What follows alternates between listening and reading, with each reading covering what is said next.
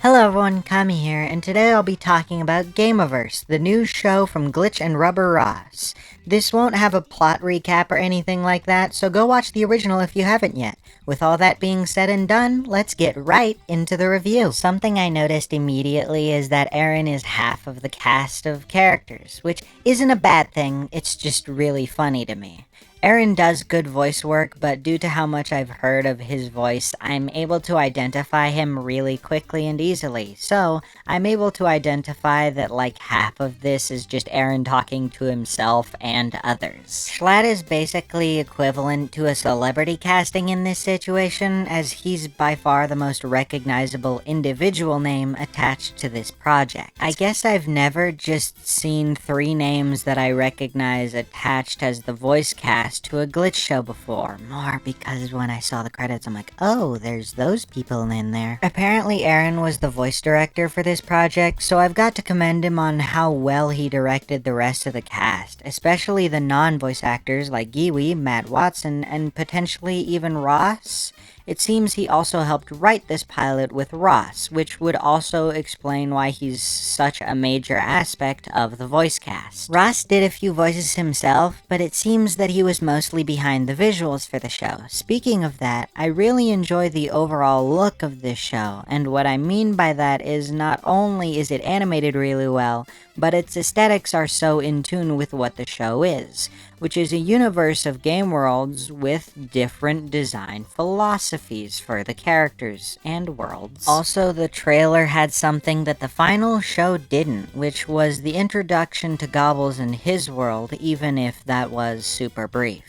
Jake Kaufman and Grant Kirkhope both did amazing work on the original soundtrack of this pilot. It all sounds A+, which means good. If I can be a little honest with you for a second, I did come into this thinking that there were gonna be things for me to complain about, as it's happened with pretty much every other Glitch pilot that I've watched, unfortunately.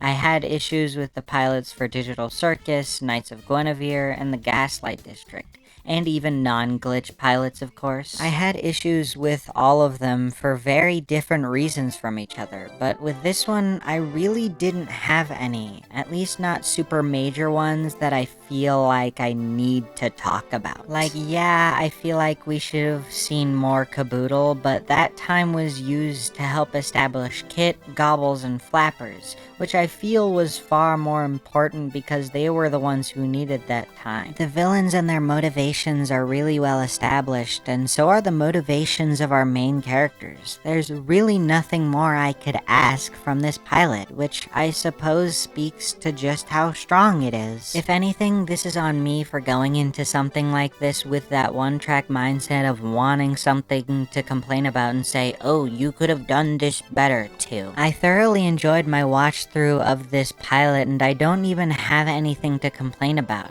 I do have some more things to say about this show, so let me get back to the review. Something I really enjoyed is how out of all 3 characters there with Flappers, the first one to comfort him about what's happening is Kit, which is a really nice full circle moment considering the way this pilot started. I also enjoyed the little tease at the end by showing the villain of Kit's world. That's such a strong way to tease for more of the show. There's a lot of things this pilot does that you may not even recognize it's doing, like setting up the rules without ever telling you the rules out loud, whether it be by showing you Caboodle failing to attack a seagull at the beginning and following up on that by having Fold punch Flappers after Flappers' world starts ending, or by showing you why they can't just tell the hero or villain the reason why they're there in the first place. Also, I didn't think about this when writing, but them showing what happens to a world when the villain is beat at the very beginning through the dream is very cool. I appreciate the fact that the pilot does it in this way because it's such a smooth way to introduce all of these things without having someone exposition it all to another character.